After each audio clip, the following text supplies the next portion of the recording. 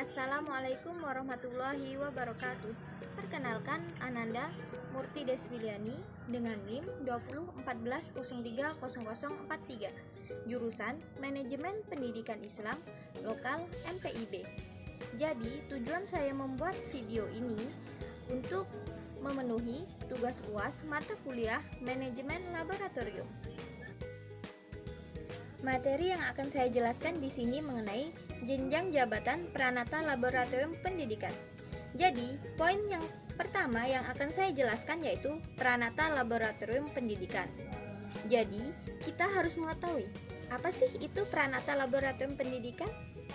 Jadi, Pranata Laboratorium Pendidikan merupakan salah satu jabatan fungsional yang termasuk dalam rumpun jabatan fungsional pegawai negeri sipil yang di dalamnya terdapat Pranata perpustakaan, Pranata komputer, dan Pranata arsiparis. Jabatan fungsional Pranata Laboratorium Pendidikan adalah sebuah jabatan yang mempunyai ruang lingkup, tugas, tanggung jawab, dan wewenang dalam melakukan pengelolaan sebuah laboratorium pendidikan. Yang dimaksud dengan pengelolaan sebuah laboratorium pendidikan seperti yaitu kita harus melakukan sebuah perencanaan dalam sebuah kegiatan yang ada di laboratorium pendidikan tersebut, dan kita harus mengoperasikan peralatan dan bahan yang ada di sebuah laboratorium tersebut. Lalu kita juga harus melakukan perawatan alat dan bahan yang ada di laboratorium tersebut.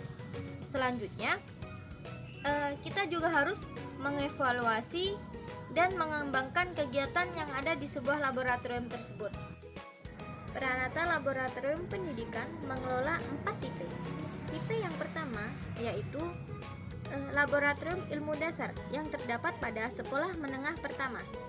Nah, pada tipe pertama ini digunakan untuk melayani kegiatan siswa menengah pertama tersebut. Nah, selanjutnya tipe yang kedua. Tipe yang kedua ini Laboratorium Ilmu Dasar yang terdapat di perguruan tinggi. Nah, di perguruan tinggi ini terdapat pada mahasiswa semester 1 dan 2.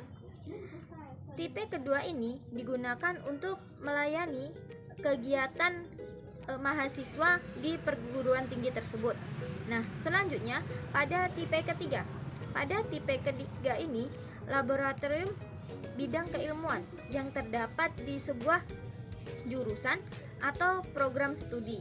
Nah, pada tipe ketiga ini digunakan untuk melakukan suatu penelitian yang dilakukan oleh seorang dosen atau seorang mahasiswa di dalam suatu universitas tersebut. Nah, selanjutnya tipe keempat. Tipe keempat ini laboratorium yang terdapat di sebuah universitas.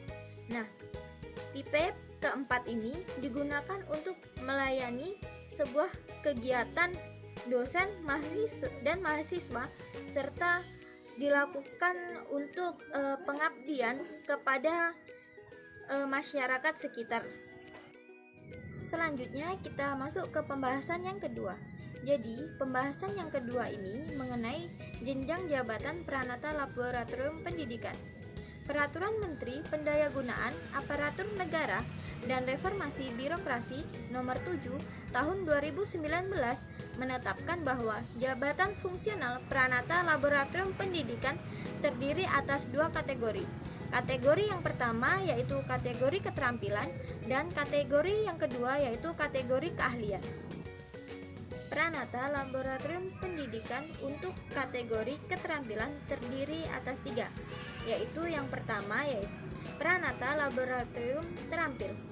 Maksud dari Pranata Laboratorium Terampil adalah di sini di dalam sebuah laboratorium, kita harus memiliki sikap terampil agar di sebuah laboratorium tersebut kita bisa menerapkan bagaimana metode atau cara yang akan kita gunakan di sebuah laboratorium tersebut.